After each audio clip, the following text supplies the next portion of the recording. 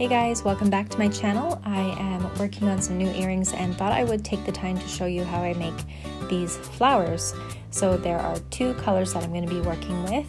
These are canes that I created a while back for other earrings and they sold out really quick. So these colors were very popular. They're nice and subtle, they're not bright, very natural looking. So I'm working with the first cane and I'm just using my Exacto knife. Now you can change the blade out on yours. I was too lazy to get a regular Exacto knife blade, so I'm just working with what I have right now.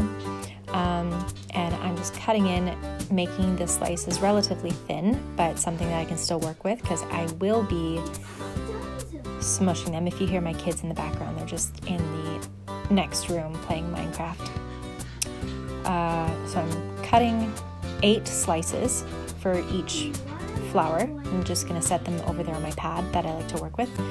And I'm going to do another 8 slices of this shade just so that way I can move everything out of the way and get to work. So we're going to speed, well actually here I'm just squishing it out a little bit more because I found that the cane, when I was working on it last night, I had to take apart some of the flowers because they were just too big and too bulky. So I had to scrap that. You can kind of see actually some scraps near my pad. Ignore that, my messy area. This is what it looks like. So I've got 8 slices of those. And then I'm going to take my ball tool and just press into each petal. I'm flaring it out towards the end. You know what a petal looks like. I don't need to explain that to you, but I'm just pushing in, pressing out, manipulating the shape. And then I'm going to use my other tool, which is, it's a dental tool. But if you are new to polymer clay, you will find that these tools are your absolute favorite to work with. There's so many things that they can do. So I'm going to push into each petal individually, making indentations and then scraping it.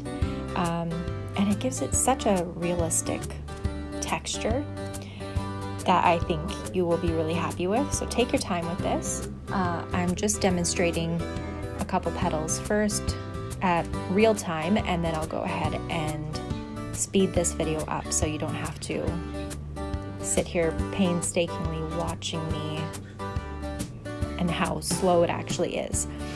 It takes time. Don't rush it when you're doing it yourself because that is how you will wreck your petal. But as you can see, the texture, the definition, it just adds so much. So where the design might not have looked one way that you like, in a way that you liked it before, as soon as you start doing this, I find that it just gives such a refined look and you'll enjoy it. The second way that I do this is very similar. So with the other petals, you'll see that I use a slightly different technique. So if you didn't have a pad, you could just use your finger.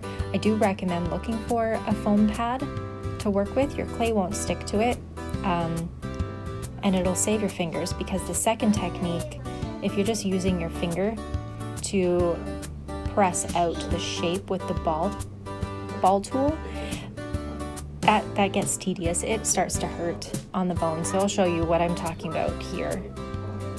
So those are the first ones. And then, yeah, instead of using the foam pad, I'm gonna press it out on my finger. And it's still a similar look. I do feel like you have nice control. But by the end of these 8 petals for this one single flower, I'm not gonna lie, my finger was getting a little sore. So, but as you can see, there's, you can do this without having all the fancy tools. You don't need hundreds of dollars in tools. A couple is fine enough.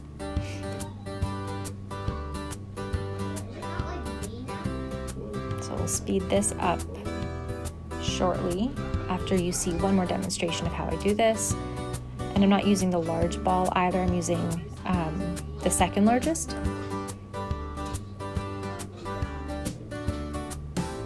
And I'm trying to stay on camera, so I apologize if I end up to the side. It is not easy recording with a camera in your face or a phone in your face.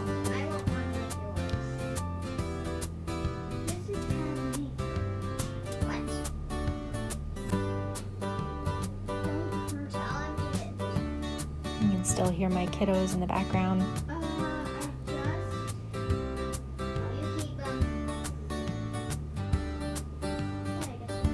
If you don't know us, we are a homeschooling family, and we finished our schoolwork relatively early. We were able to get tests and quizzes out of the way. They do have homework, which they could do now, and then, you know, the weekend would officially start. But they wanted to play their video game, so okay, go ahead. It is winter, it is cold where we are, and I don't like going out in the cold. I'd like to be in bed right now with my heated blanket on, relaxing, but okay, so those are done, and I just pushed that aside. I readjusted my phone so you can see how I'm going to lay these petals out. This part is kind of easy. At this point, I don't have my second tool in hand. I'm just pressing it in and hoping that the petal sticks to the base of the clay, or the base of the earring. And so far, so good. For the next flower, though, I use a second tool just to hold the petal in place. As you see, I had to use my nail there. Thank goodness I have a couple long nails there. And just adjusting and looking for spaces that I want to fill. So like I said, I do 5 petals for the base of the flower, and then I kind of look around to see where I should add in a couple more petals. I mean, you can do more than 8. Sometimes I do, depending on the style. But I find for these large ones, you know, 8 is relatively good. Plus it keeps it nice and open, and you can see the center of the flower. So here's where I'm going to grab that second tool, and then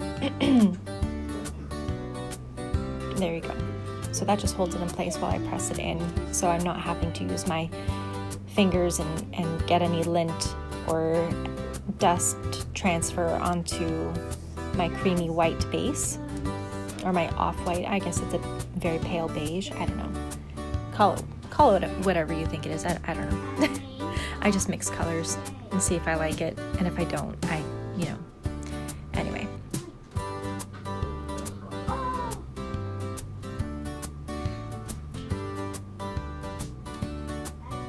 So I'm just adjusting, and I didn't want to speed this process up here, really. I wanted you to be able to see, you know, the care that it takes, but there you go. Those are the flowers.